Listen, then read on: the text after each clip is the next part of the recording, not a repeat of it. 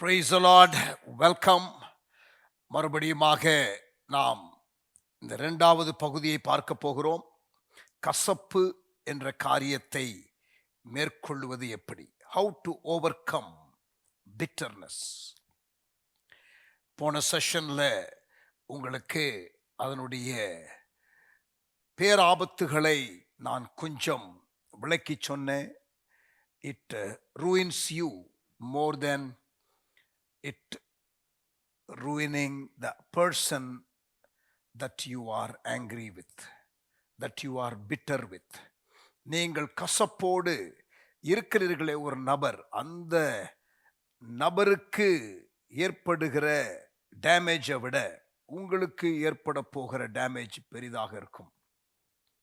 So don't harbour resentment. Don't keep bitterness being fed with things to survive. உங்களுடைய வாழ்க்கையில் கசப்பு தொடர்ந்து இருப்பதற்கு அதற்கு ஆகாரம் கொடுத்து அதை நர்ச்சர் பண்ணாதீங்க. We need to eradicate that. We need to get rid of that. True, லைஃப்ல பல காயங்கள் நமக்கு ஏற்படும். ஃபாலன் வேர்ல்ட், விழுந்து போன ஒரு மனிதன், விழுந்து போன ஒரு உலகம், சுயநலமுள்ள மக்கள், கண்டிப்பாக மக்கள் நம்மை காயப்படுத்துவார்கள். பட் இன்னொரு காரியத்தை நீங்க நினைச்சுக்கிடுங்க, நீங்களும் மற்றவர்களை காயப்படுத்தக்கூடியவர்கள் தான், நானும் மற்றவர்களை காயப்படுத்தக்கூடியவன் தான். So we tend to hurt each other. So hurt வராம பார்த்து கொள்வது எப்படி என்பது சாத்தியமில்லாத ஒரு காரியம். அப்ப காயம் வரும் பொழுது, ஹர்ட்ஸ் வரும் பொழுது அதை எப்படி ஹேண்டில் பண்ணணும் என்பதை தான் நாம் கற்றுக்கொள்ள வேண்டும். Bitterness is a deadly disease and it eats up the person. இந்த கசப்பு என்பது ஒரு கொடூர வியாதி. அது எந்த மனிதனிலே இருக்கிறதோ அந்த மனிதனை அது கொஞ்சம் கொஞ்சமாக அது அழித்து விடும். It is an inability to forgive. மன்னிக்க முடியாத ஒரு தன்மை அது. It usually begins with disappointment. அதாவது முதலாவது ஏமாற்றம் என்ற நிலையிலே ஆரம்பிக்கும். நீங்கள் இப்படிப்பட்ட ஒரு எதிர்பார்ப்பை இந்த நபர் மேல வைத்திருந்தீர்கள். ஒரு சூழ்நிலை இப்படி இருக்கும், வரும், கைக்குடி வரும் என்று நீங்கள் எதிர்பார்த்திருந்தீர்கள். தேவன் இப்படிப்பட்ட ஒரு காரியத்தை செய்வார் என்று நீங்கள் நம்பி இருந்தீர்கள். சோ அந்த காரியம் நடக்காமல் போகும் பொழுது, அந்த நபர் உங்களுக்கு அந்த எதிர்பார்ப்பின்படி அவர்கள் உங்களை நடத்தாத பொழுது அந்த ஏமாற்றம் முதலாவது வரும். இந்த ஏமாற்றம் எப்படி மாறுகிறது என்றால், disappointment, that is how it begins. And when the disappointment is not brought to the Lord, we end up in discouragement. Disappointment, ஏமாற்றம், அதை சரியாக நாம் கையாளாவிட்டால் அது சோர்வு. ஒரு ஏமாந்து போன ஒரு நிலையில உங்களுக்கு என்கரேஜ்மெண்ட்டே இல்லாம டிஸ்கரேஜ்மெண்ட்ல நீங்க போயிருவீங்க. And when the discouragement is not dealt with, it then becomes resentment.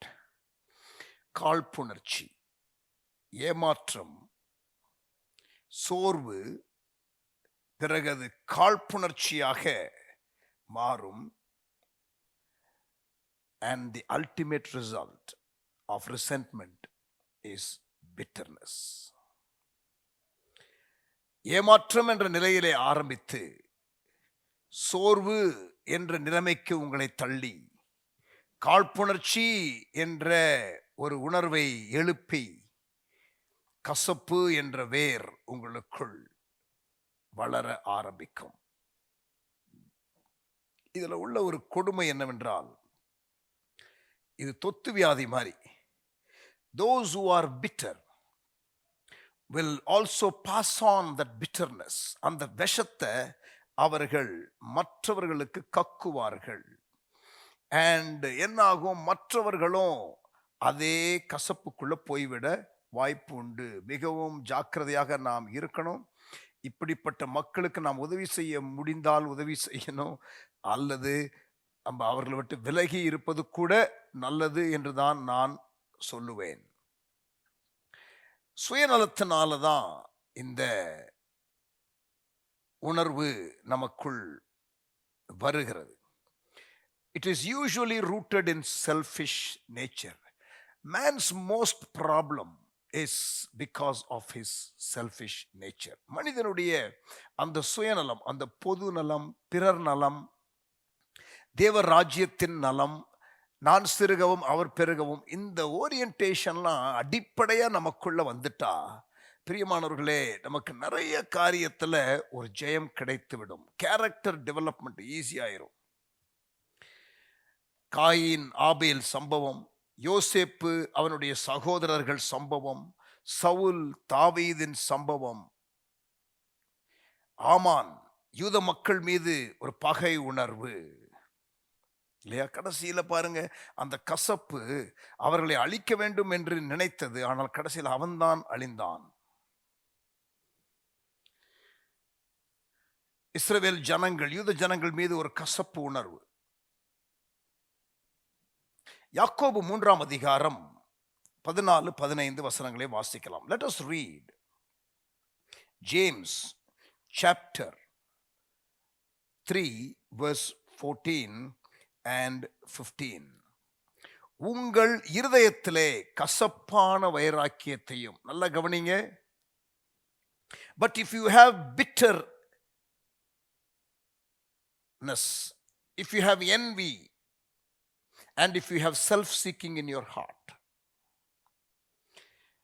உங்கள் இருதயத்திலே கசப்பான வைராக்கியத்தையும் விரோதத்தையும் வைத்தீர்களானால் நீங்கள் பெருமை பாராட்டாதிருங்கள். Don't boast about the bitterness that you have. சத்தியத்திற்கு விரோதமாய் பொய் சொல்லாமலும் இருங்கள். இப்படிப்பட்ட ஞானம், எப்படிப்பட்ட ஞானம்? உங்களுக்கு அந்த கசப்பு, விரோதம், வைராக்கியம் இதெல்லாம் நீங்க வைத்திருக்கும் பொழுது, இந்த ஞானமாய் தோன்றுகிற உங்களுக்கு உள்ள அந்த காரியம், இப்படிப்பட்ட ஞானம் பரத்திலிருந்து இறங்கி வருகிற ஞானமாய் இராமல் லௌகீக சம்பந்தமானதும் ஜென்ம சுபாவத்துக்கு உரியதும் பேய்த்தனத்திற்கு அடுத்ததுமாய் இருக்கிறது. மிகவும் டேஞ்சரஸ் இமோஷன். அதனுடைய ரூட்டை பாருங்க. But if you have bitter envy and self-seeking in your hearts, do not boast and lie against the truth. This wisdom does not descend from above, but it is earthly, sensual and demonic. பேய்த்தனத்திற்கு அடுத்த ஒரு காரியம் இது. பரிசுத்த ஆவியானவரை துக்கப்படுத்துகிற ஒரு காரியம். எபேசியர் 4ஆம் அதிகாரம், Ephesians chapter 4 verse 30 and 31. அன்றியும் நீங்கள் மீட்கப்படும் நாளுக்கென்று முத்திரையாய் பெற்ற தேவனுடைய பரிசுத்த ஆவியை துக்கப்படுத்தாதிருங்கள். சகலவிதமான கசப்பும், கோபமும், மூர்க்கமும், கூக்குரலும், தூஷணமும் மற்ற எந்த துர்க்குணமும் உங்களை விட்டு நீங்க கடவது. இது பரிசுத்த ஆவியானவரை துக்கப்படுத்துகிற ஒரு உணர்வு. 1 யோவான் புஸ்தகத்தில் ஒரு 3 வசனங்களை வாசிக்கிறேன். I'll read few Bible verses from 1 John. Let us look at 1 John chapter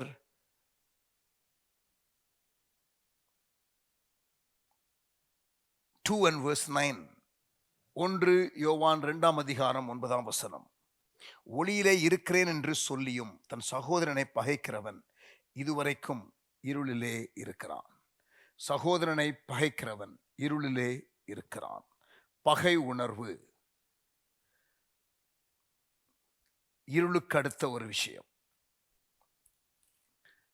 இருளின் ராஜ்யத்தின் குணாதிசயம். 1 யோவான் 3ஆம் அதிகாரம் 15ஆம் வசனம். தன் சகோதரனை பகைக்கிற எவனும் மனுஷ கொலைபாதகனாயிருக்கிறான். மனுஷ கொலைபாதகன் எவனோ அவனுக்குள் நித்திய ஜீவன் நிலைத்திராது என்று அறிவீர்கள். தன் சகோதரனை பகைக்கிற எவனும் மனுஷ கொலைபாதகன். 1 யோவான் 4:20. 1 John chapter 4:20. தேவனிடத்தில் அன்பு கூறுகிறேன் என்று ஒருவன் சொல்லியும் தன் சகோதரனை பகைத்தால் அவன் பொய்யன்.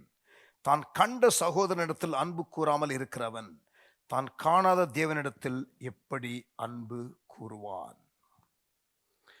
பரிசுத்த ஆவியானவரை துக்கப்படுத்துகிற காரியம் என்று எபேசியர் 4:30-31 வாசித்தோம். இந்த 1 யோவான் 2:9, 3:15, 4:20 ஆகிய வசனங்களில் நாம் சகோதரர்களுக்கு விரோதமாக வைத்திருக்கிற பகை உணர்வு எவ்வளவு தேவனுக்கு பிரியமில்லாத ஒரு காரியம் என்பதை அது விளக்குகிறது. யாக்கோபு 3:14-15 இந்த கசப்பு உணர்வு பேய்த்தனத்திற்கு அடுத்தது என்ற ஒரு விளக்கத்தை வேதம் கொடுக்கிறது. எபிரேயர் 12ஆம் அதிகாரம், Hebrews chapter 12 verse 14 and 15. எபிரேயர் 12ஆம் அதிகாரம் 14-15. யாவரோடும் சமாதானமாய் இருக்கவும் பரிசுத்தமுள்ளவர்களாய் இருக்கவும் நாடுங்கள். பரிசுத்தம் இல்லாமல் ஒருவனும் கர்த்தரை தரிசிப்பது இல்லையே. ஒருவனும் தேவனுடைய கிருபையை இழந்து போகாதபடிக்கு, நல்லா கவனிங்க, ஒருவனும் தேவனுடைய கிருபையை இழந்து போகாதபடிக்கு யாதொரு கசப்பான வேர் முளைத்தெழும்பி கலக்கம் உண்டாக்குகிறதுனால் அநேகர் திட்டுப்படுத்தப்படாதபடிக்கும். கசப்பான வேறு கிருபையை போக்கடிக்கும். கசப்பான வேர் அநேகரை தீட்டுப்படுத்தும்.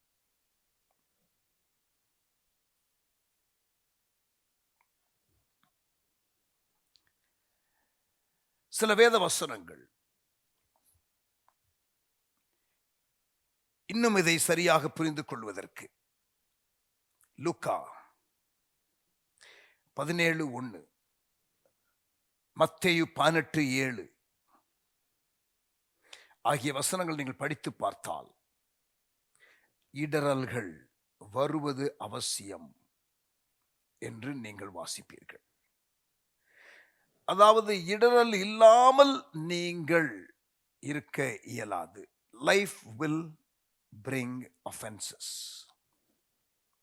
யாரால் இடறல் வருகிறதோ அவனுக்கு ஐயோ என்று சொல்லப்பட்டு இருந்தாலும் இடறல்கள் வருவது அவசியம் என்று இயேசு சொன்னார். லூக்கா 17:1 மத்தேயு 18:7. இடறல்கள் வருவதை தடை செய்ய முடியாது. ஆகவே ஆயத்தப்படுவது நல்லது. அப்படி ஒருத்தர் நம்மை காயப்படுத்தும் பொழுது, ஹர்ட் பண்ணும் பொழுது நான் எப்படி இருக்க வேண்டும் என்று பழகி கொள்வது நல்லது. நான் ரொம்ப சென்சிட்டிவ், நான் ரொம்ப ஹர்ட் ஆயிடுவேன் அப்படின்னு நீங்க சொல்லி நீங்க உங்களை டிஃபெண்ட் பண்ண முடியாது. உங்களுக்குள்ளேயும் கேரக்டர் வளராது, உங்களையும் யாரும் சேர மாட்டாங்க. கடைசியில் ஆண்டவருக்கும் பிரியமில்லாத நபராக நீங்கள் இருப்பீங்க. ஆண்டவருடைய ராஜ்யத்திலையும் நீங்கள் பிரயோஜனம் இல்லாத கருவியாக தான் இருப்பீங்க. You got to work with people and people have the tendency to hurt you and you got to handle such situations and people in your life. உங்கள் வாழ்க்கையில் நீங்கள் இப்படிப்பட்ட நபர்களை சந்திக்க வேண்டும். அவர்களோடு கூட தொடர்ந்து வாழ்க்கையை நடத்த வேண்டும். அவர்களோடு கூட தொடர்ந்து நீங்கள் டீமில் இருந்து செயல்பட வேண்டும். Offenses will come. Take it today nicely in your heart and in your mind. உங்களுடைய மனதிலும் உங்களுடைய இருதயத்திலும் நீங்கள் நன்றாக இதை இருத்தி வைத்துக் கொள்ளுங்கள். காயப்படுகிற சூழ்நிலைகள் வரும்.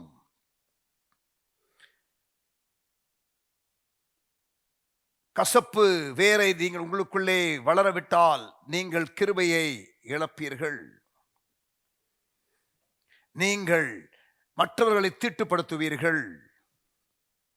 இல்ல அவன் தானே என்ன காயப்படுத்தினா, எப்படி நான் மற்றவங்களை தீட்டுப்படுத்துவேன்? நான் நீதியாகத்தானே இருந்தேன். எஸ் பிரதர், பட் அந்த காயப்படுத்தினார் என்று நீங்கள் சொல்லுகிறீர்கள். பட் ஏன் நீங்கள் காயப்பட்டீர்கள்? அந்த காயத்தை நீங்கள் ஆற்றக்கூடிய எந்த ஒரு எஃபர்ட்டையும் எடுத்தீங்களா? அல்லது காயப்பட்டதை நியாயப்படுத்துகிறீர்களா? அந்த காயத்திலிருந்து வெளியில வர முடியாமல் தவிக்கிறீர்களா? காயப்படுத்தினவரை மன்னிக்க முடியாமல் உங்களுக்குள்ளே கசப்பு வேர் இருக்கிறதா? That is the question. இன்னும் நீங்க வேதவசனத்தை வாசித்தால் மத்தேயு 6ஆம் அதிகாரம் 12ஆம் வசனம், மத்தேயு 6ஆம் அதிகாரம் 12லிருந்து 15 வரைக்கும் நீங்க வாசிச்சு பார்த்தீங்கன்னா தெரியும். நீங்க மற்றவர்களை மன்னிக்கலனா ஆண்டவரும் உங்களை மன்னிப்பது இல்லை. பரமண்டலங்களிலே இருக்கிற எங்கள் பிதாவே என்று இயேசு நமக்கு சொல்லிக் கொடுத்த ஜெபத்துல அவர் என்ன சொல்லிக் கொடுத்தார்? What did he teach us? In Matthew chapter 6, எங்களுடைய கடனாளிகளுக்கு நாங்கள் மன்னிக்கிறது போல எங்கள் கடன்களை எங்களுக்கு மன்னியும். இயேசு என்ன சொல்லி கொடுத்தார்னா, நான் மற்றவங்களை மன்னிச்சிட்டேன், இப்ப என்ன மன்னியும் என்று நீ கேட்கவா? நான் உனக்கு மன்னிப்பு கொடுக்க விரும்புறேன், பட் நீ மற்றவங்களை மன்னிக்க தயாரா? அதை நீ செட்டில் பண்ணு, நானும் உனக்கு இதை செய்கிறேன். You forgive others. It's a powerful thought. We want forgiveness from God and from others, but we won't forgive others. This is not the way you should be, and this is not something that can be celebrated in the kingdom of God. தேவனுடைய ராஜ்யத்தில் கொண்டாடப்படுகிற ஒரு உணர்வு அது அல்ல. அது களைந்து போட வேண்டிய ஒரு உணர்வு. எவ்வளவு நேரம் மன்னிக்கணும் பாஸ்டர்? ஒரு முறையா, 2 முறையா? இங்கே பாருங்க, அதற்கு இயேசு சொன்னார் 7-70 முறை. 7-70 முறை. மத்தேயு 18ஆம் அதிகாரம் 21-22 எழுதி கொள்ளுங்கள். Matthew 18 verse 21 and 22. இதெல்லாம் நமக்கு தெரிந்த வசனங்கள், பல முறை கேட்ட வசனங்கள், புதிதாக நான் காட்டுகிற வசனங்கள் அல்ல. ஜஸ்ட் பைபிள் ரெஃபரன்ஸை எழுதி வைத்துக் கொள்ளுங்க. நான் பேசுகிறதை கேளுங்க. உங்களுக்குள்ள இருக்கிறதான அந்த கசப்பின் வேர் அது அகற்றப்படுவதற்கு என்ன செய்ய வேண்டும் என்பதை யோசித்துக் கொண்டிருங்க. ஜெபத்தோடு இருங்க. லூக்கா 17ஆம் அதிகாரம் 3-4 வசனங்களிலும் நீங்கள் அதை வாசிக்கலாம். Unlimited times. மத்தேயு 18 21-22. அப்பொழுது பேதுரு அவரிடத்திலே வந்து, ஆண்டவரே, என் சகோதரன் எனக்கு விரோதமாய் குற்றம் செய்து வந்தால் நான் எத்தனை தரம் மன்னிக்க வேண்டும்? 7 தரம் மட்டுமோ என்று கேட்டான். அதற்கு இயேசு, 7 தரம் மாத்திரம் அல்ல, 7-70 தரம் மட்டும் என்று உனக்கு சொல்லுகிறேன் என்று ஆண்டவர் சொன்னார். ஆமென். லூக்கா 17 3ஆம் வசனம், 4ஆம் வசனம். Luke chapter 17 verse 3 and verse 4. உங்களை குறித்து எச்சரிக்கையாயிருங்கள். உன் சகோதரன் உனக்கு விரோதமாய் குற்றம் செய்தால் அவனை கடிந்து கொள். அவன் மனஸ்தாபப்பட்டால் அவனுக்கு மன்னிப்பாயாக. அவன் ஒரு நாளில் 7 தரம் உனக்கு விரோதமாய் குற்றம் செய்து 7 தரம் உன்னிடத்தில் வந்து நான் மனஸ்தாபப்படுகிறேன் என்று சொன்னால் அவனுக்கு மன்னிப்பாயாக என்றார். I'm just reading some of the portions that Jesus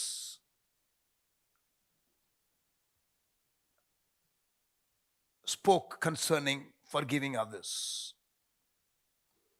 அப்ப எத்தனை முறை மன்னிக்கணும்? 7-70 முறைன்னா எண்ணிக்கிட்டே இருக்க முடியுமா? 490 முறை, 401 முறை, 402 முறை இல்ல. Countless times, unlimited times. That is what I will say. Mark 11ஆம் அதிகாரம் 25-26 வசனங்கள். Mark chapter 11 verse 25 and verse 26. நீங்கள் நின்று ஜெபம் பண்ணும்போது ஒருவன் பேரில் உங்களுக்கு யாதொரு குறை உண்டாயிருக்குமானால் பரலோகத்தில் இருக்கிற உங்கள் பிதா உங்கள் தப்பிதங்களை உங்களுக்கு மன்னிக்கும்படி அந்த குறையை அவனுக்கு மன்னியுங்கள். ஆண்டவர் உங்களை மன்னிக்கிறதற்கு நீங்கள் அவர்களை மன்னியுங்கள். நீங்கள் மன்னியாதிருப்பீர்கள் ஆனால் பரலோகத்தில் இருக்கிற உங்கள் பிதாவும் உங்கள் தப்பிதங்களை மன்னியாதிருப்பார். Release forgiveness to others so that you can be in that place of receiving forgiveness from God. Release forgiveness to receive forgiveness.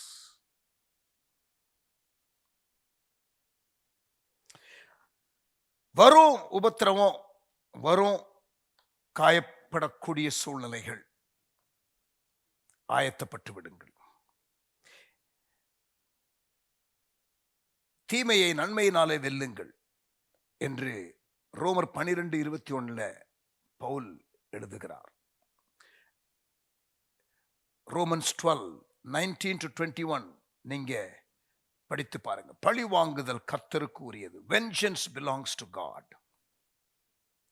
இப்படிப்பட்ட மாறுத்தரம் கொடுக்கணும்னு பவுல் அங்கே எழுதுகிறார். ரோமர் 12:19-21 நீங்கள் quite similar or even in an elaborate manner இதே காரியம் அல்லது இன்னும் கூட சற்று விரிவாக இயேசுவே சொல்லியிருக்கிறார். மத்தேயு 5:43-48. துன்பப்படுத்துறவர்களுக்காக ஜெபம் பண்ணுங்க.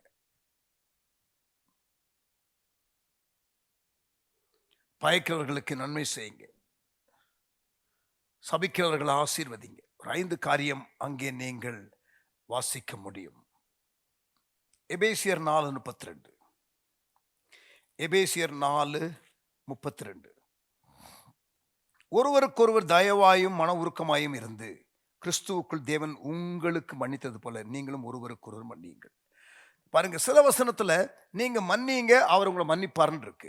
சில இடத்துல அவர் உங்களை மன்னிச்சதுனால நீங்க மற்றவங்களை மன்னிங்கன்னு இருக்கு. So it's a cycle. நான் சொல்றது புரியுதா? பவுல் சொல்றாரு, கிறிஸ்துவுக்குள் தேவன் உங்களுக்கு மன்னித்தது போல நீங்களும் ஒருவருக்கொரு மன்னியுங்கள். This is Paul. But Jesus said, you forgive so that I will forgive. Amen. கொலோசையர் 3:13 ஒருவரை ஒருவர் தாங்கி ஒருவர் பேரில் ஒருவருக்கு குறைபாடு உண்டானால் கிறிஸ்து உங்களுக்கு மன்னித்தது போல ஒருவருக்கொருவர் மன்னியுங்கள். கிறிஸ்து உங்களை மன்னித்தது போல நீங்க மற்றவங்களை மன்னிங்க. இது பவுல் சொல்லுகிற ஒரு காரியம். ஆனால் இயேசு என்ன சொன்னார்? நான் உங்களுக்கு மன்னிக்கணும்னா நீங்க மன்னிங்க.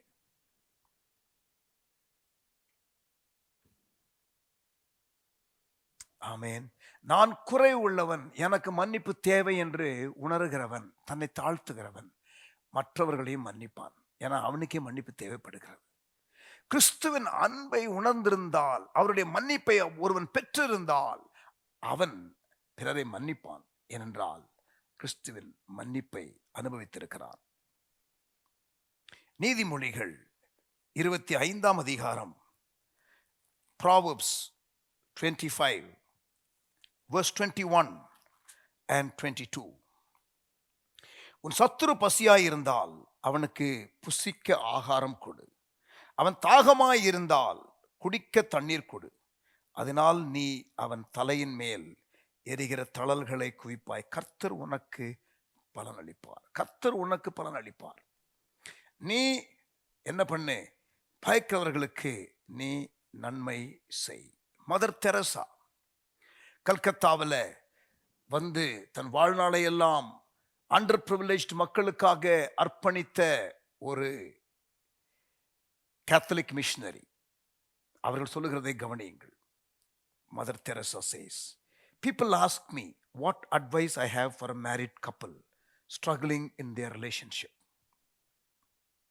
I always answer, pray and forgive.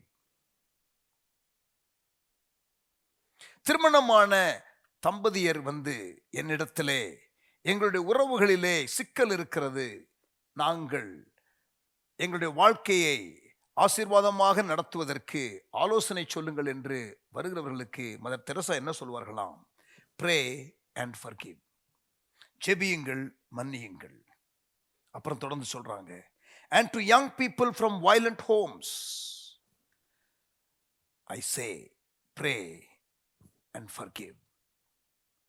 குடும்பத்தில் எப்பொழுதும் சண்டைகள் இருக்கிற ஒரு குடும்பத்தில் இருக்கிற வாலிபனே, நீ என்னிடத்திலே ஆலோசனை கேட்கிறாய், நான் என்ன செய்ய வேண்டும் மதர்? அவங்க சொல்றாங்க, I will say pray and forgive. And again, even to the single mother with no family support. ஒரு தனிப்பட்ட ஒரு பெண் குழந்தையோடு இருக்கிறாள், ஆனால் புருஷன் இல்லை, வாழ்க்கையில நொந்து நூலாக போயிருக்கிற அந்த நிலையில அவள் ஆலோசனை கேட்டால் நான் சொல்லுவேன், ப்ரே அண்ட் ஃபர்கிவ்.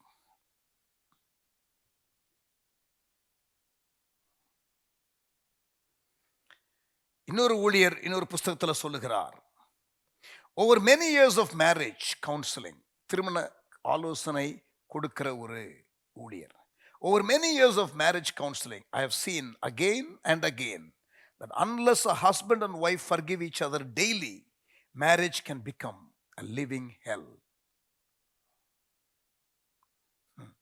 அவர் சொல்றாரு, திருமணமான தம்பதியினர் ஒவ்வொரு நாளும் ஒருவரை ஒருவர் மன்னிக்கும் பழக்கத்தை வளர்த்து கொள்ளாவிட்டால் வாழ்க்கையே ஒரு நரகமாகிவிடும்.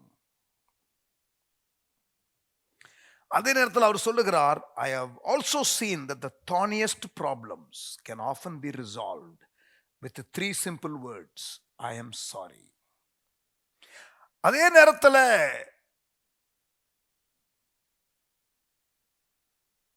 என்னை மன்னித்து விடு என்று அதிலே ஒருவர் கேட்டால் அந்த பிரச்சனை ஒன்றுமில்லாமல் மறைந்துவிடும் என்று அவர் சொல்லுகிறார். How to overcome bitterness, இந்த கசப்பை நான் மேற்கொள்வது எப்படி?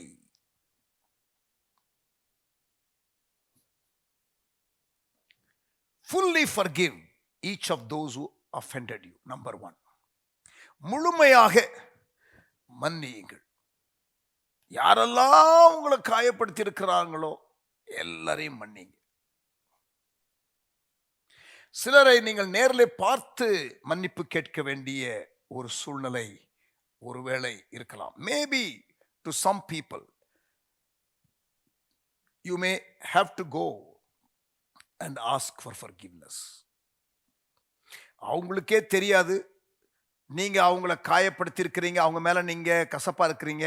அவங்க கிட்ட போய் நீங்க சொல்லாதீங்க. என்ன, தெரியாத விஷயத்த போய் சொல்லி சும்மா இருக்கிற சங்க ஊதி கெடுத்தானா ஆண்டின்னு சொல்ற மாதிரி அவங்க, ஐயோ அப்ப இத்தனை வருஷமா என் மேல கசப்பா இருந்தியா அப்படின்னு அவங்க என்ன ஆயிடுவாங்க, அதை குறித்து யோசிக்க ஆரம்பிச்சிருவாங்க. Please, if they don't know about it, you don't have to go and in person talk to them. So be very wise, ஞானமா இருங்க. பட் சிலர் இடத்துல நீங்கள் போய் கேட்க வேண்டிய அவசியம் இருந்தால் you need to do it. It is essential that we go, when we ask for forgiveness, we go in love. அன்புடன் நாம் செல்ல வேண்டும். ஏதோ நான் மன்னிக்கணுமேன்னு சொல்லி போகக்கூடாது. It should be done wholeheartedly.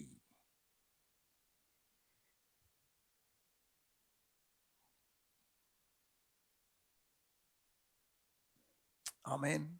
அன்பு இருந்துச்சுன்னா, அன்பை குறித்த வெளிப்பாடு இருந்துச்சுன்னா காயப்படுதலும் குறைஞ்சிரும், மன்னிக்கிறதும் எளிதாகிவிடும். I'm going to repeat this and I'm going to spend few minutes here. ஆண்டவர் உங்களை நேசிக்கிற நேசத்தை குறித்து ஒரு ரெவலேஷனோ, அந்த எக்ஸ்பீரியன்ஸ் ஆஃப் காட்ஸ் லவ்வும், ஆண்டவருடைய அன்பை அனுபவிக்கிற ஒரு நிலையும் உங்களுக்கு இருக்குமானால், உங்களுக்கு பிறர் உங்களை காயப்படுத்துகிற வேளையில அது காயமாக இருக்காது, அல்லது காயப்பட்டாலும் மன்னிக்க உங்களால எளிதாக முடியும். So you must have a revelation of God's love. ஆண்டவருடைய அன்பை குறித்து ஒரு அளவில்லாத வெளிப்பாடு உங்களுக்கு இருந்தால் நல்லது. I'm going to show you a Bible verse. நான் மிகவும் ஆசீர்வதிக்கப்பட்ட ஒரு வெளிப்பாடாக பெற்றுக்கொண்ட ஒரு வசன வெளிப்பாடு. எபேசியர் 3ஆம் அதிகாரம். பவுல் அந்த சபைக்கு கடிதம் எழுதும் பொழுது என்ன எழுதுகிறார்?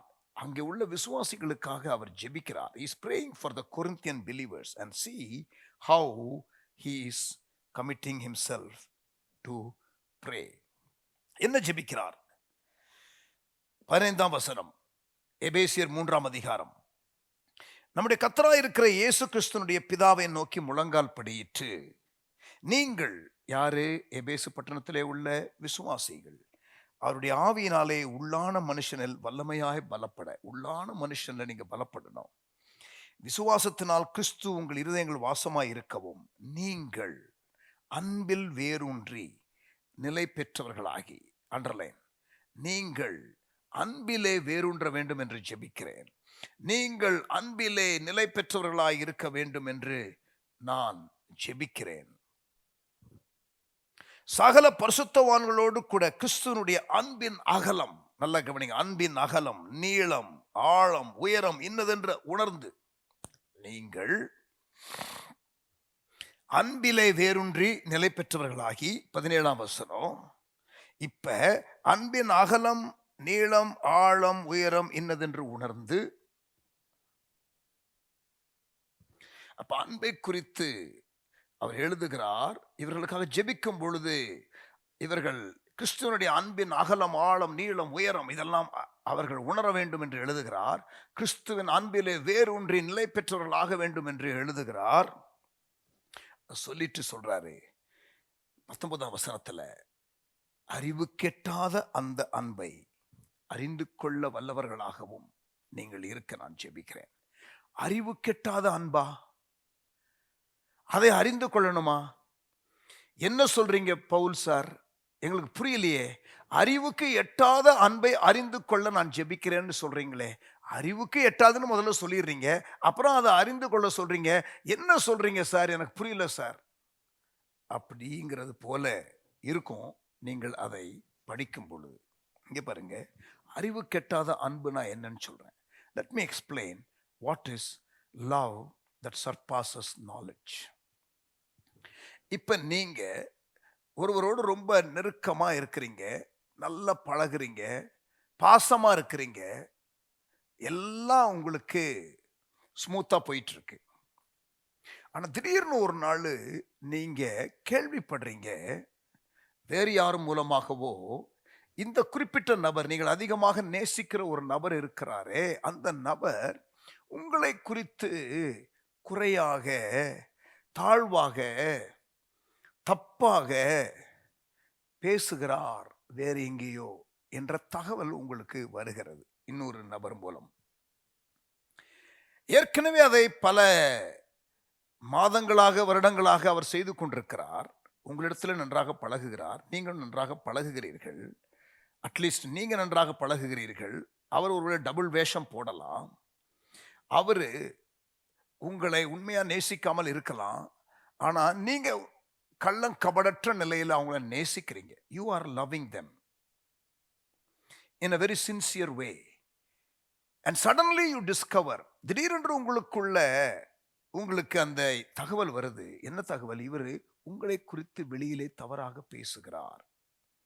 அவர் உங்களுடைய நம்பிக்கைக்கு உரிய நபராக நீங்கள் வைத்திருந்தீர்கள். ஆக்சுவலா அவர் உங்களுடைய நம்பிக்கைக்குரிய நபர் அல்ல என்ற தகவல் உங்களுக்கு ஒரு ஃபேக்ட். அவர் வேற எங்கேயோ உங்களை குறித்து பேசிக்கொண்டிருக்கிற காரியத்தை கேட்ட ஒருவர் உங்களுக்கு வந்து சொல்லுகிறார். இப்ப இதுவரைக்கும் இல்லாத ஒரு அறிவு உங்களுக்கு வந்திருக்கிறது. என்ன அறிவு? அவர் என்னை குறித்து பேசுகிறார், என்னை குறித்து தவறாக மற்றவரிடத்துல சொல்லுகிறார் என்ற நாலெட்ஜ் உங்களுக்கு முன்னால இல்லாம இருந்துச்சு. இப்ப இந்த தகவல் அவர் கொண்டு வந்த பிறகு உங்களுக்கு அந்த நாலெட்ஜ் இருக்கு. இப்ப நெக்ஸ்ட் டைம் அந்த நீங்கள் நேசித்த நபர் வருகிறார். அவரை நீங்கள் பார்க்கும் பொழுது உங்களால் அந்த பழைய நேசத்தின்படி இருக்க முடியவில்லை. கரெக்டா? ஒருவர் இப்படி செய்து விட்டார் என்ற நியூஸ் வந்த பிறகு அவரை பார்க்கும் பொழுது உங்களுக்கு ஒரு பெரிய ஒரு பிளவு ஏற்பட்டு விடுகிறது. உங்களால் அந்த அன்பு, பழைய அந்த நேசத்துல நீங்க இருக்க முடியல. கரெக்டா? It is very true, people of God. ஆனால் இங்க பவுல் ஜெபம் பண்ற ஜெபம் என்ன தெரியுமா? நீங்க அன்பில வேரூன்றி இருங்க. நீங்க அன்பில நிலை பெற்றவர்களாய் இருங்க.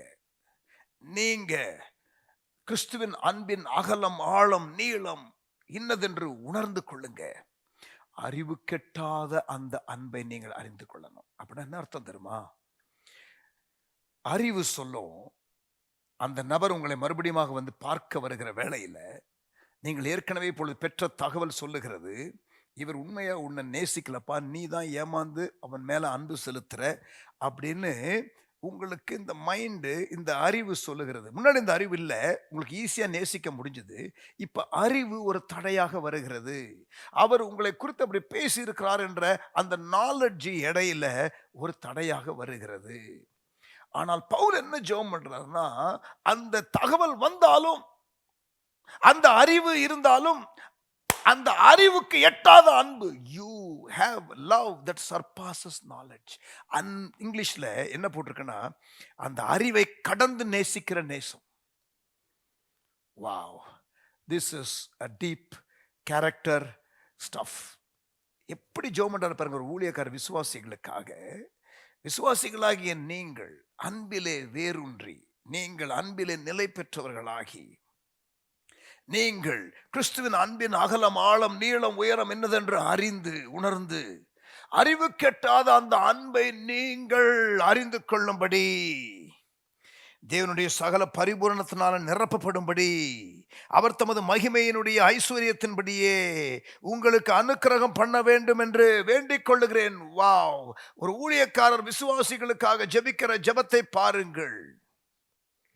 அப்படி சொல்லிட்டு சொல்றாரு, நாம் வேண்டிக் கொள்ளுகிறதற்கும் நிலைக்கிறதற்கும் நினைக்கிறதற்கும், நாம் வேண்டிக் கொள்ளுகிறதற்கும் நினைக்கிறதற்கும் மிகவும் அதிகமாய் நமக்குள்ளே கிரியை செய்கிற வல்லமையின்படி. அதுல முக்கியமான வார்த்தை நமக்குள்ளே. நான் ஜெபம் பண்றேன் உங்களுக்காக விசுவாசிகளே, ஊழியக்காரனாக நான் உங்களுக்காக ஜெபம் பண்றேன். அன்பில வேரூன்றுங்க, அறிவு கெட்டத அன்பினால நீங்க நிரப்பப்படுங்க, உள்ளான மனுஷன்ல பலப்படுங்க. நான் ஜெபம் பண்ணும் பொழுது ஒன்றை நான் அறிந்திருக்கிறேன், நான் வேண்டிக் கொள்ளுகிறதற்கும் நினைக்கிறதற்கும் மிக அதிகமாய் நமக்கு உள்ளே கிரியை செய்கிற தேவன். This is a work of God inside our heart. நம்ம இருதயத்துல, உள்ளத்துல அறிவு கெட்டாத அன்பு. Amen. I'm going to pray right now.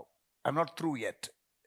எல்லாரும் அப்படியே கண்களை மூடிக்கொள்ளுங்க, எல்லாம் அப்படியே கைகளை உயர்த்தி கொள்ளுங்க. நான் உங்களுக்காக ஜெபிக்க போகிறேன். யாரு மேலேயாவது உங்களுக்கு அந்த காழ்ப்புணர்ச்சி, கசப்பு, வைராக்கியம், பழி வாங்கணுங்கிற எண்ணம் இருக்குதா? இங்க பாருங்க, இப்ப நீங்க பழி வாங்கணுங்கிற எண்ணம் உங்களுக்கு இருக்கு. ஏதாவது ஒரு தீங்கு அவனுக்கு நடக்கணும்னு நீங்க நினைச்சுக்கிட்டு இருக்கிறீங்க, வேண்டிக் கொண்டிருக்கிறீங்க, விரும்பி கொண்டிருக்கிறீங்க. ஒருவேளை வாயை திறந்து சொல்ல உங்களுடைய இருதயத்தின் நினைவுகள் அப்படித்தான் இருக்கிறது. அந்த நபரை நினைத்தாலே உங்களுக்கு அப்படியே ஹார்ட் அட்டாக் வர்ற மாதிரி இருக்கு. அவனை குறித்து யோசித்தாலே உங்களுக்கு அப்படியே ஒரு பெயின் வருகிறது ஹார்ட்ல. அவ்வளவு நீங்கள் வேதனைப்படுகிறீர்கள். இப்ப இதை ஓவர் கம் பண்றதுக்கு என்ன தர்ம வழி? பிரியமானவர்களே, உங்களுக்காக நான் ஜெபிக்கிறேன். பவுல் ஜெபம் பண்ணது போல இந்த செய்தியை நீங்கள் பார்த்து கொண்டு அல்லது கேட்டுக்கொண்டு இருக்கிற உங்களுக்காக நான் ஜெபிக்கிறேன். பவுல் ஜெபித்தது போல, ஆண்டவரே, இந்த டீச்சிங்கை கேட்டுக்கொண்டிருக்கிற அருமையான கர்த்தருடைய பிள்ளைகள், ஆண்டவரே, கிறிஸ்துவின் அன்பிலே நிலை பெற்றவர்களாகி, கிறிஸ்துவின் அன்பிலே வேரூன்றி, கிறிஸ்துவின் அன்பின் அகலம், ஆழம், நீளம், உயரம் இன்னதென்று உணர்ந்து, அறிவுக்கு எட்டாத அந்த அன்பை அவர்கள் அறிந்து கொள்ளத்தக்கதாக நான் ஜெபிக்கிறேன். ஆண்டவரே, நான் ஜெபிக்கும் பொழுது வேண்டிக் கொள்ளுகிறதற்கும் நினைக்கிறதற்கும் மிக அதிகமாய் எங்களுக்கு உள்ளே கிரியை செய்கிற ஆவியானவர் கிரியை செய்வீர் என்று நான் விசுவாசிக்கிறேன். அதை நீர் செய்வீராக. வேரை கர்த்தர் பிடுங்கி போடுவீராக. கசப்பு வேரை கர்த்தர் உருவ அதை எடுத்து விடுவீராக. ஆண்டவரே, உம்முடைய அன்பை குறித்த ஒரு ஆழமான வெளிப்பாடு, அன்பை குறித்த ஒரு ஆழமான ரெவலேஷன் ஆண்டவரே நிறைவாய் உண்டாகட்டும். So much, Lord, you have loved us and forgiven us. Lord, we have no right to hold bitterness towards anyone. யார் மேலையும் கசப்பு காழ்ப்புணர்ச்சி வைத்திருப்பதற்கு நாங்கள் ஆண்டவரே தகுதியானவர்கள் கிடையாது. நாங்களே குறைவுள்ளவர்கள். எங்களுக்கே மன்னிப்பு தேவைப்படுகிறது. கிறிஸ்துவின் அன்பை நாங்கள் பெற்றிருக்கிறோம். தகுதியில்லாத நிலையில நாங்கள் அன்பை பெற்றவர்கள். நாங்கள் அன்பை வழங்க வேண்டும். அறிவு கெட்டாத அந்த அன்பை எங்களுக்கு தருகிறதற்காக ஸ்தோத்திரம்னு சொல்லுங்க. நல்ல கைகளை உயர்த்தி ஆண்டவரே ஸ்தோத்திரம்னு சொல்லுங்க. Thank you Lord. ஆமேன். அறிவு கெட்டாத அன்பு. ரோமர் 12:18. ரோமர் 12ஆம் அதிகாரம் 18ஆம் வசனம். ரோமன்ஸ் 12:18. கூடுமானால் உங்களால் ஆன மட்டும் எல்லா மனுஷரோடும் சமாதானமாயிருங்கள். கூடுமானால், if it is possible, as far as it depends on you. எல்லாரோட சமாதானமா இருக்கிறது யாரை பொறுத்து தெரியுமா? உங்களை பொறுத்து. If it is possible, as far as it depends on you, live at peace with everyone. கூடுமானால் உங்களால் ஆன மட்டும் நீங்க எந்த அளவுக்கு கேரக்டர்ல இல்ல வளர்ந்து இருக்கிறீங்களோ அந்த அளவுக்கு, but try your best to be at peace with all people. ஆமென்.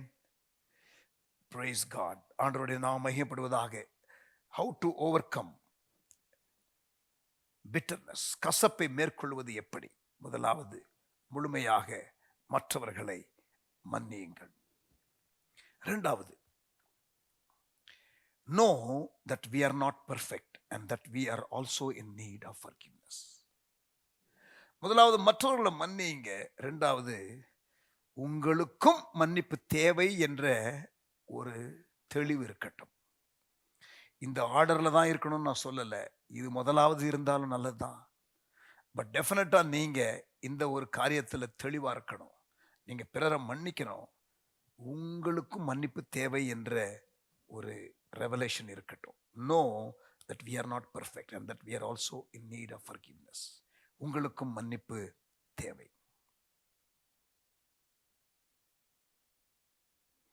அவர்கள் எனக்கு என்ன செய்தார்கள் தெரியுமா, உங்களுக்கு புரியாது அப்படின்னு நீங்க ஆர்கியூ பண்ணி உங்களுக்கு நீங்களே ஒரு வலையை விரித்து அதிலே நீங்கள் சிக்கிக்கொள்ளாமல் இருங்கள். Don't set up a trap for yourself and scream, you don't understand what he or she did to me, you know. கவுன்சிலிங்க்கு வரும்பொழுது இப்படிப்பட்டதான ஸ்கிரீமிங் வாய்ஸ்ல மக்கள் பேசுகிறதை நீங்கள் கேட்கலாம்.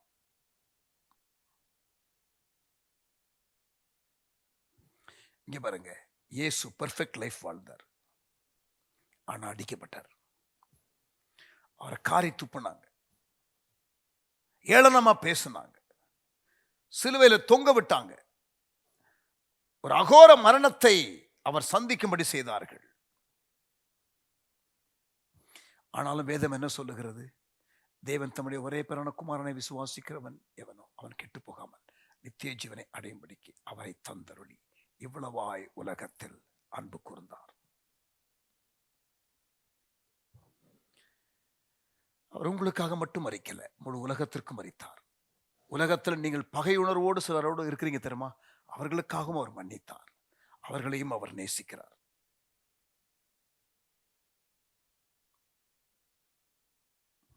அவர்களுக்கு தகுதி இருக்கிறதா? அல்லது உங்களுக்கு தான் தகுதி இருக்கிறதா? இல்லையே.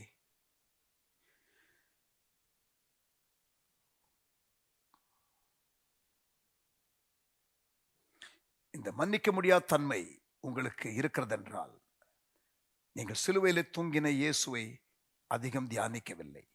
நீங்கள் உங்களை குறித்து அதிகம் யோசித்துக் கொண்டிருக்கிறீர்கள். அதுதான் பிரச்சனை. Change your focus from yourself to Christ on the cross.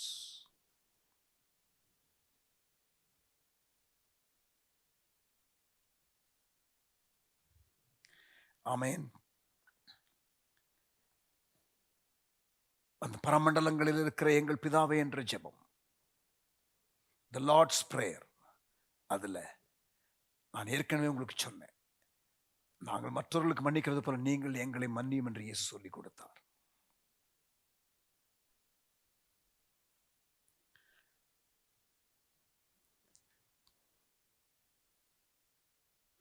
ஒவ்வொரு நாளும் நம்முடைய வாழ்க்கையிலே நியாயமில்லாத காரியங்களை செய்கிற, மிகவும் காயப்படுத்துகிற,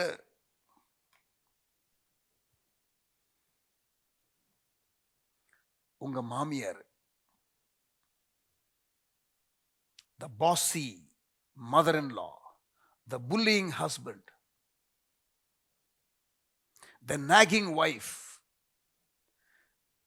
the selfish daughter, the deceitful son, எப்படி மன்னிக்கிறது?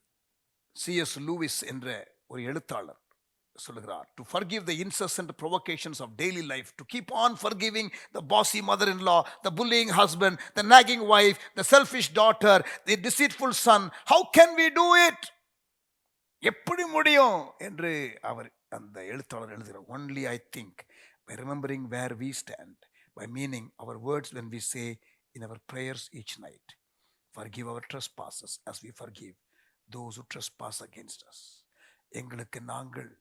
எங்களுக்கு தீமை இழைக்கிறவர்களுக்கு நாங்கள் மன்னிக்கிறது போல எங்களுக்கு மன்னியும் என்று அன்றாடம் நாம் இரவு ஜெபிக்கிறதற்கு ஆண்டவர் கற்றுக் கொடுத்த அந்த பரமண்டலங்கள் இருக்கிற எங்கள் பிதாவே என்ற ஜெபம் இருக்கிறதே, அதை செய்யும் பொழுது அந்த உணர்வு உங்களுக்கு வரும்.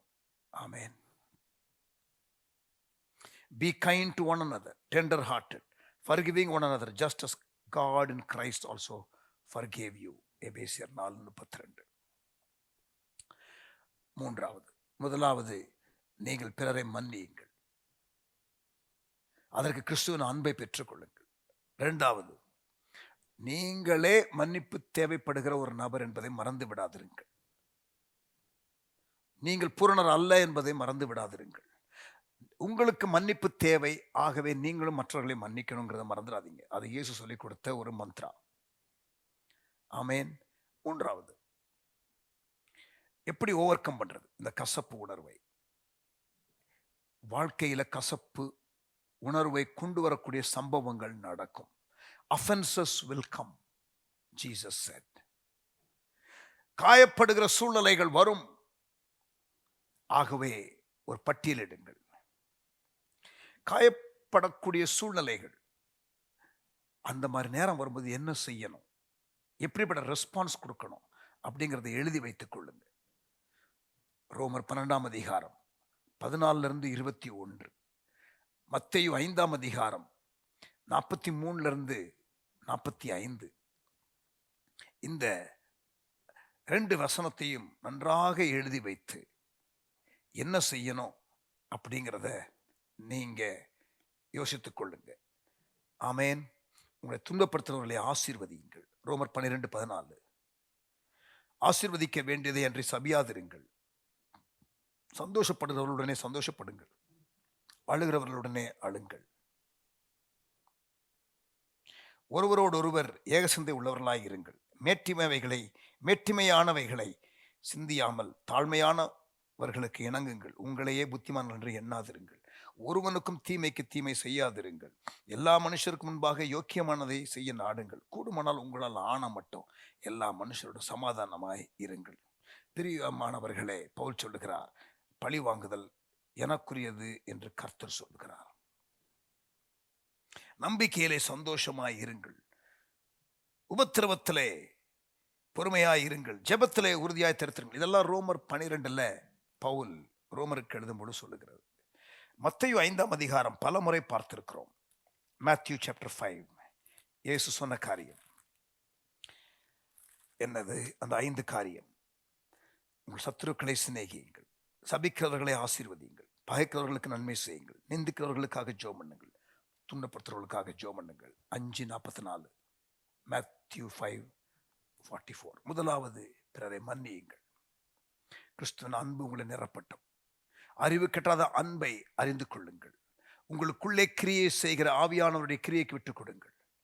நீங்களே மன்னிப்பு தேவைப்படுகிற ஒரு பலவீன பாண்டம் என்பதை 2வது மறந்துவிட வேண்டாம். 3வது, வாழ்க்கையில் ஒவ்வொரு சூழ்நிலைகளும் உங்களை காயப்படுத்துகிற மக்கள் இருப்பார்களே, அந்த காயப்படுகிற சூழ்நிலைகள் வருமே, அதை அப்படியே பட்டியலிட்டு அப்படிப்பட்ட நேரத்தில் என்ன செய்யணும் அப்படிங்கிறத நீங்கள் அந்த ரெஸ்பான்ஸை எழுதி வைத்துக் கொள்ளுங்கள். People will persecute you, people will use you, people will curse you, people will be there as enemies for you. And what are you going to do? என்ன செய்ய போறீங்க? எழுதி கொள்ளுங்க your responses. And when opportunity comes, just jump and do it. Amen. Practical tips. நாலாவது, how to overcome bitterness. Start a prayer list and begin praying for those who have hurt you, who have offended you. உங்களை காயப்படுத்தினவர்கள், அவர்களுடைய பெயர்களை எழுதி ஜெபிக்க ஆரம்பியுங்கள். ஒரு prayer list form பண்ணுங்க. மன்னிப்பு என்ற வார்த்தை என்ற காரியத்தை கொண்ட வசனங்கள் இன்றைக்கு நிறைய சொன்னல, அந்த வசனங்கள் எல்லாம் எழுதி வைத்து மனப்பாடம் செய்யுங்கள், தியானம் பண்ணுங்கள். Meditate scriptures on forgiveness and memorize scriptures on forgiveness. மன்னிப்பை குறித்து உள்ள வசனங்களை தியானம் பண்ணுங்க, மனப்பாடம் பண்ணுங்க. கிருபை உங்களை விட்டு நீங்காமல் இருக்கட்டும். கசப்பான வேர் இருக்கும் பொழுது கிருபை போக்கடிக்கப்படும். ஆனால் உங்களுக்கு கிருபை தேவை. உங்களை தாழ்த்துங்க. ஆமென். ஹல்லேலூயா. பாஸ்டர், நீங்க சொல்றதெல்லாம் கரெக்ட் பாஸ்டர். ஆனா அவங்க மன்னிப்பு கேட்டா மன்னிக்கலாம், அவங்க மன்னிப்பு கேட்காமலே நான் மன்னிக்கணுமா? Listen carefully as I bring this session to a close. அவங்க மன்னிப்பு கேட்டா நான் மன்னிக்கிறேன், அவங்க மனம் திரும்பினா மன்னிக்கிறேன், அவங்க சரி ஆயிட்டா நான் மன்னிக்கிறேன். See, all these things are people's argument. I have seen all this. ஏன் இதெல்லாம் நான் சொல்றேன்னா, நான் பார்த்திருக்கிறேன். பட் அதை விட நானும் என்னுடைய வாழ்க்கையில ஆர்கியூ பண்ணியிருக்கிறேன், நியாயப்படுத்தி கேள்விகளை கேட்டிருக்கிறேன். மன்னிப்பு கேட்காமல் இருக்கும் பொழுது நான் மன்னிக்கணுமா? அவங்க மனம் திரும்பாமல் இருக்கும் பொழுது நானும் மன்னிக்கணுமா? அவங்க நான் தப்புன்னு உணராத வரைக்கும் நான் மன்னிக்கணுமா என்ற கேள்வி. Because this is a practical question.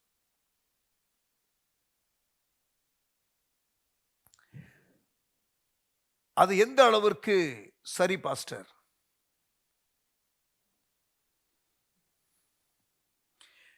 இயேசு சிலுவையில் இருக்கும் பொழுது பிதாவே இவர்களை மன்னியும், இவர்கள் செய்கிறது இன்னதென்று தெரியாமல் செய்கிறார்கள் என்று சொன்னார். அவங்க அப்படியே மாறல அடிச்சுக்கிட்டு என்ன மன்னிச்சிருங்க என்ன மன்னிச்சிருங்கன்னு கேட்டாங்களா? இல்லை.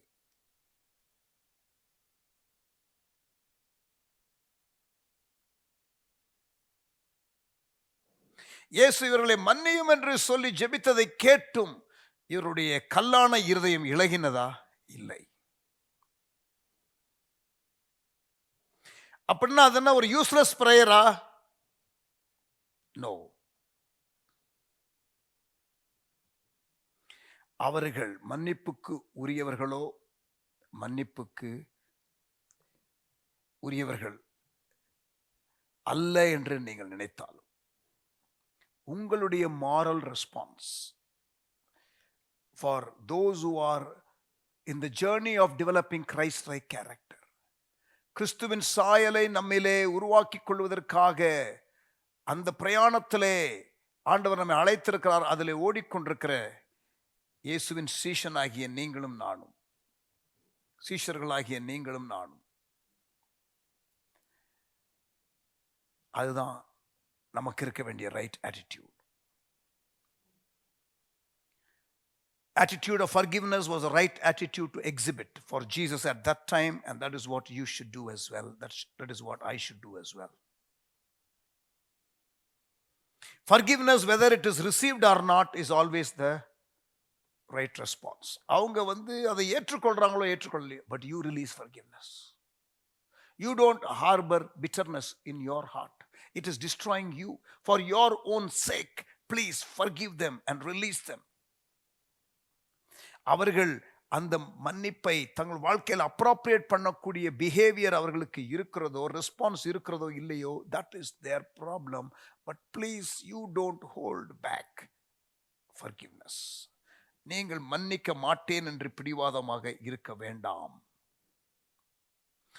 They could hammer the life out of you, but they should not be able to hammer the love out of you. இயேசுவை சிலுவையில் அவர்கள் ஆணி வைத்து அடிக்கலாம், உயிரை வாங்கலாம், ஆனால் அவருடைய அந்த அன்பை அவர்கள் எடுக்க முடியாது. That is Christ likeness. கசக்குகிற கைக்கும் நறுமணம் கொடுக்கிற பூவை போல இருங்கள். Be like a flower which yields perfume even to the hands that crushes it. It's a tall order, I know. இது ஒரு மேலான ஒரு அழைப்பு. இது கஷ்டம். ஆனா வாழ்க்கையில கஷ்டமில்லாத காரியங்களை மட்டும் செஞ்சா வாழ்க்கையின் லக்கை நாம் அடைய முடியாது. கர்த்தர் உங்களுக்கும் எனக்கும் அவருக்கு பிரியமான வாழ்க்கை வாழுவதற்கு அவர் கிருபை கொடுப்பாராக. இந்த கசப்பு என்ற வேர் பல குடும்பங்களை அழித்திருக்கிறது, கொலையில போய் முடிந்திருக்கிறது.